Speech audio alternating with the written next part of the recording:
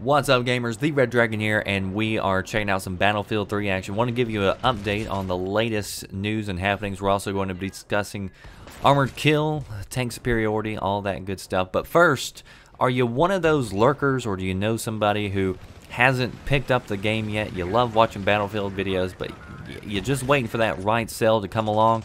Well, if you're one of those people who haven't gotten the game yet, or maybe you just want to pick it up on another platform, now might be the time to do it, at least if you live in North America. They just announced a big sale.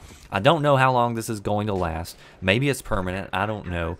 But North America, Battlefield 3, $39. So it's $20 off. That goes for the PC and consoles. So if you're looking to get another copy of Battlefield, or maybe you want to get it for a buddy for a birthday or Christmas, whatever, family member, now might be the time you want to jump on that. Now, for all you Battlefield fans out there that already have the game and you're looking forward to Armored Kill, let's talk about that for a little bit and cover some of the big questions that I always get asked, and we'll also talk about some of the new details that are coming out, especially on tank superiority. I guess the biggest question that I always get is, when is Armored Kill coming out? Well, they still haven't announced a firm, hard date yet. They're still just saying September, but premium users do get it 2 weeks early. So, you know, if they released Armored Kill at the beginning of September, technically you could see it at the end of August. But, you know, that's unconfirmed. Nobody's said anything about that. I have no idea. That's just wishful thinking on my part. I'm just putting it out there because it is a possibility. Now, what all does Armored Kill come with? You're getting new vehicles, tanks, ATVs, mobile artillery. I'm looking forward to the artillery and trying that out. It also says that you get 20 plus unlocks for all the new vehicles in Armored Kill. So that's a lot of new unlocks. And it says 5 of those unlocks you can bring back to the base game. So that means that it doesn't say whether it's for the tanks, the helicopters, jets, but whatever it is, that means that you can use those unlocks in vehicles on regular classic maps like this one that we're playing here, Carg Island. So that might be just one more added little incentive or perk if you're on the fence about whether or not to get this, because it does appear that you can bring some elements back to other parts of the games. Now, another question that I get asked is, what game modes are coming with Armored Kill? It does say that you can play all 6 game modes on all the maps with Armored Kill. Now, there are 6, and you might be adding it up, trying to figure out where the 6th one is, and it's the new game mode, Tank Superiority.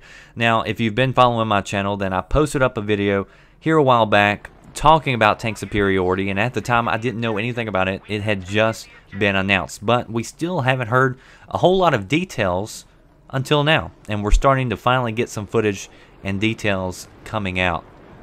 So if you follow me on VGN, Facebook, Twitter, then you might have seen me post up a video to GameSpot where they had a couple of people who actually sat down, got to play Tank Superiority, got to play Armored Kill, and they give their thoughts and some new footage to go along with it. So it was pretty interesting. I'll link it in the description box if you want to go check it out. But the biggest thing that I took away from this is that Tank Superiority is basically King of the Hill. Now, King of the Hill is a fine game mode. I played it in a lot of different games. I like it. It's a good setup. But a lot of times in games, the flag rotates to different areas of the map. According to these guys, with Battlefield 3, the flag doesn't move. It's just in one location, and it's just one flag.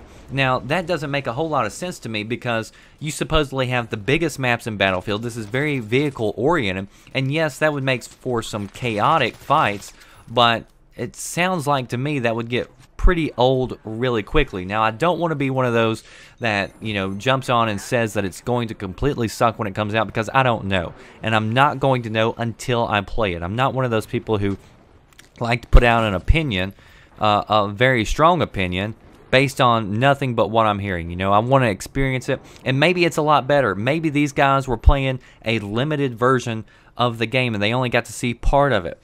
But what I took away from what they were saying is, you know, it was just one flag. Once everybody kind of figured out where to go, yes, you know where to go to get the action, but you've got this whole entire map that you don't have access to, that doesn't even come into play.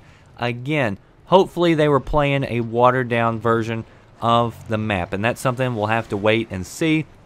Or maybe they'll tell us before it comes out whether or not the flag rotates. But if it's just that, if it does just include one flag that everybody's going to, I can't see this being a game type that I can just stay on all day long. This might be something that I pick up, play a little bit, get my fill, and then get out. So if that is the case and it just revolves around one flag, how many of you were excited about Armored Kill and you were excited about Tank Superiority, but now that you're hearing a little bit more about it, your excitement level has kind of dwindled just a little bit? So post your comments below. Let me know what you're thinking. And that does it for me, the Red Dragon. If you want the latest on Battlefield, be sure you subscribe. And I'll see you next time. Thanks for watching.